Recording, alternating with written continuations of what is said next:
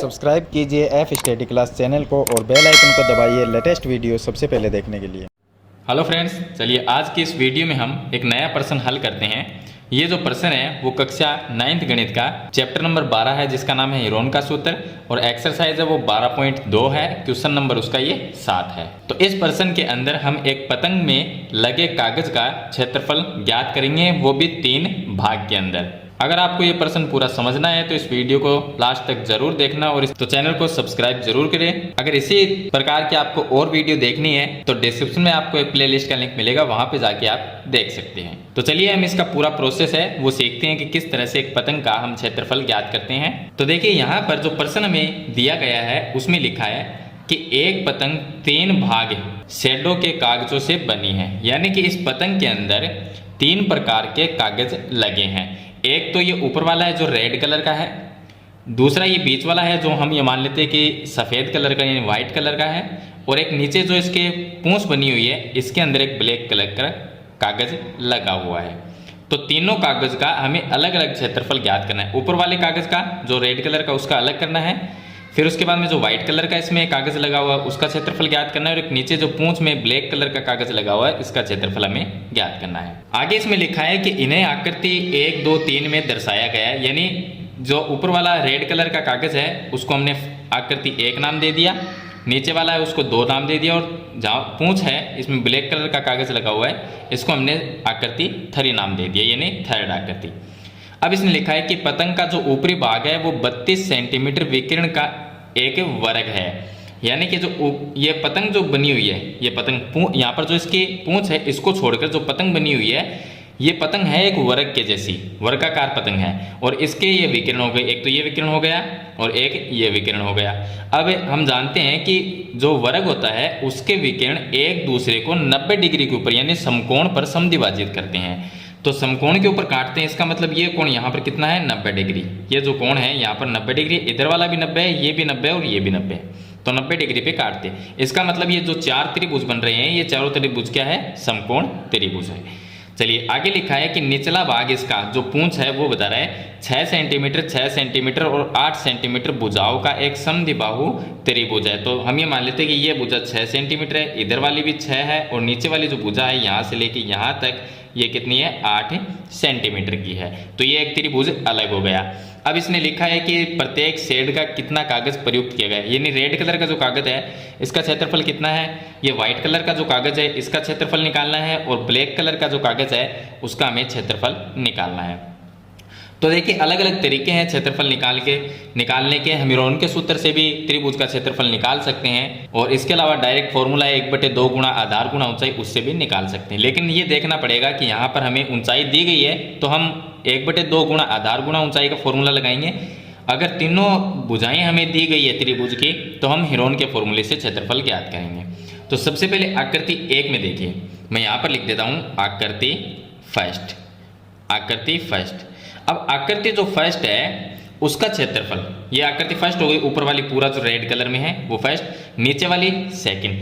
तो देखिए फर्स्ट आकृति और सेकंड आकृति दोनों का क्षेत्रफल बराबर होगा। क्यों होगा, क्योंकि ये जो 4 त्रिभुज बन रहे हैं ये चारों त्रिभुज एक जैसे हैं। इन ऊपर वाले 2 जो रेड कलर के त्रिभुज है इनका क्षेत्रफल और नीचे वाले जो 2 त्रिभुज है इनका क्षेत्रफल बराबर ही आएगा, क्योंकि ये एक वर्ग के भाग हैं इसलिए। तो हम लिख सकते हैं आकृति 1 का क्षेत्रफल बराबर होगा आकृति सेकंड का क्षेत्रफल, सेकंड का क्षेत्रफल, यानी दोनों आकृति का क्षेत्रफल बराबर होगा। तो हम आकृति 1 का निकाल लेते हैं, उतना ही आकृति सेकंड का आएगा। चलिए आकृति 1 का क्षेत्रफल निकालने के लिए हम क्या करेंगे कि यहाँ पर मैंने आपको बता दिया ये क्या बन गया, एक समकोण त्रिभुज बन गया। ये 90 डिग्री का कोण है, ये समकोण त्रिभुज। अब ये नीचे वाला यहाँ पर क्या है, आधार है। ये नीचे वाला दोनों ऊपर वाले जो दोनों त्रिभुज है उनका आधार ये हो गया। अब आधार इसमें दिया गया है कि ये विकिरण है जो आधार हो गया, और विकिरण दिया गया 32 सेंटीमीटर। तो आधार कितना है इसका 32, और ये भी विकिरण है यहाँ से लेके यहाँ तक, ये भी विकिरण है तो ये भी 32 है। लेकिन इसका आधा करेंगे, यहाँ तक आधा करेंगे, ये आधा करेंगे तो कितना होगा 16 हो जाएगा। तो इस तरह से हम ये हो गया आधार और ये हो गई ऊंचाई, यहाँ तक ऊंचाई, ये ऊंचाई, तो ऊंचाई हो गई 16, आधार हो गया 32, तो दोनों त्रिभुज का क्षेत्रफल आ जाएगा। तो आकृति 1 का क्षेत्रफल हम ज्ञात करते हैं। तो आकृति 1 का क्षेत्रफल 1/2 गुणा आधार गुणा ऊंचाई, ये हो गया। अब आधार जो है तो ये इसमें हम फॉर्मूला लगाएंगे। अब 1/2 की जगह 1/2 लिख देता हूँ। आधार, ये आधार है इस त्रिभुज का, ये आधार इस त्रिभुज, पूरा आधार कितना है 32, तो ये हो गया 32। और गुणा में ऊंचाई की अगर बात करें यहाँ पर ये ऊंचाई है तो वो कितनी होगी 16, तो ये हो गया 16। चलिए यहाँ पर भाग दे देते हैं, 32 में भाग देंगे 2 का तो कितना आएगा 16 आएगा। अब 16 को 16 से गुणा कर देते हैं, 16 × 16 होते हैं 256, तो ये आ गया 256 सेंटीमीटर स्क्वायर। ये आ गया जो ऊपर वाली आकृति रेड कलर का जो कागज है उसका क्षेत्रफल 256 है। तो नीचे वाले व्हाइट कलर का क्षेत्रफल कितना आएगा 256 ही आएगा, क्योंकि आकृति 1 और आकृति 2 का क्षेत्रफल बराबर होगा। तो हम यहाँ पर लिख देते हैं कि आकृति सेकेंड का क्षेत्रफल बराबर होगा 256 के, 256 सेंटीमीटर स्क्वायर। तो दोनों का क्षेत्रफल आ गया, यानी रेड कलर का कागज है वो 256 सेंटीमीटर स्क्वायर है, और यहाँ पर आकृति सेकंड में व्हाइट कलर का जो कागज है उसका क्षेत्रफल है 256 सेंटीमीटर स्क्वायर। तो हमें जो कागज है वो कितना प्रयुक्त हुआ है वही हमें ज्ञात करना था इसमें। चलिए इसके बाद में आकृति नंबर 3। आकृति जो 3 है वो इस तरह की आकृति है, मैं अलग बना देता हूँ। जो इसकी पूंछ है वो इस तरह की है। अब पूंछ में ये 6 सेंटीमीटर है, ये भी भुजा 6 सेंटीमीटर है और नीचे वाली भुजा 8 सेंटीमीटर है। तो जब त्रिभुज में तीनों भुजाएं दी गई हो और उसका हमें क्षेत्रफल ज्ञात करना है, इसमें ऊंचाई नहीं है सिर्फ भुजाएं दी गई है, तो उसका अगर क्षेत्रफल हमें ज्ञात करना है तो हम हीरोन के फॉर्मूले से आसानी से कर सकते हैं। तो यहाँ पर हम लगा देंगे हीरोन का फॉर्मूला। अब हीरोन के फॉर्मूले से यहाँ पर लिख देता हूँ मैं हीरोन के सूत्र से, हीरोन के सूत्र से। हीरोन के सूत्र में सबसे पहले हमें अर्ध परिमाप ज्ञात करना होता है। मैं यहाँ पर इसका अर्ध परिमाप निकाल लेता हूँ। अर्ध परिमाप आकृति 3, ये आकृति 3 है। इसका अर्ध परिमाप ज्ञात करने के लिए तीनों भुजाओं का योग करना है, 6 + 6 + 8 और उसमें 2 का भाग दे देना है। तो अर्ध परिमाप कितना आ जाएगा 6 और 6 12, 8 20 में 2 का भाग देंगे तो 10 सेंटीमीटर। 10 सेंटीमीटर क्या आ गया अर्ध परिमाप। अब लगाते हैं हीरोन का फॉर्मूला। चलिए उससे पहले हम भुजाएं लिख लेते हैं। हम ये मान लेते हैं कि ये भुजा ए है, इसको मान लेते हैं ये ए है, ये बी है और ये सी है, इस तरह से मान लेते हैं। तो मैं हीरोन का फॉर्मूला यहाँ पर लिख देता हूँ।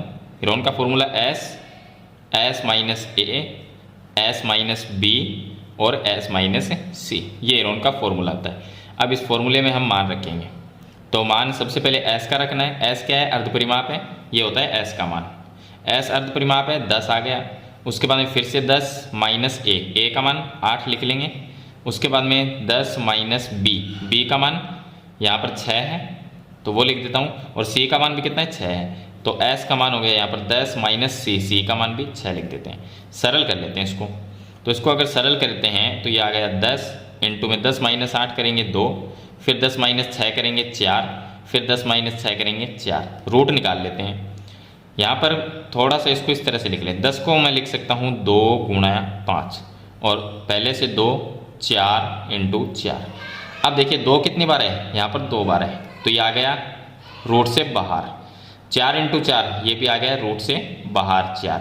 तो रूट में क्या रह गया, रूट में रह गया 5, तो ये आ जाएगा 4 दूनी 8, 8 √ 5 सेंटीमीटर स्क्वायर। ये आ गया जो पूंछ है इसमें जो कागज लगा है उसका क्षेत्रफल आ गया। अब यहाँ पर √5 है, उसका आप रूट निकाल के 8 से गुणा भी कर सकते हो। इसका अगर रूट निकालोगे तो हम लिख सकते हैं 8 × 2.23 आता है, लेकिन आगे भी इसकी संख्या रहती है, ये आता है 2.23, आगे भी इसकी संख्या आती रहती है। तो इसको हम लिख सकते हैं 2.24 लिख सकते हैं, इससे आप गुणा कर सकते हैं। तो इसको गुणा करेंगे तो ये आ जाएंगे हमारे पास में 17.92 सेंटीमीटर स्क्वायर। तो ये आ जाएगा इसके जो पूंछ में कागज लगा है उसका क्षेत्रफल। तो इस तरह से अलग अलग तरीके से हम क्षेत्रफल ज्ञात करते हैं। यानी कहने का मतलब इसमें बने हुए तो त्रिभुज ही है।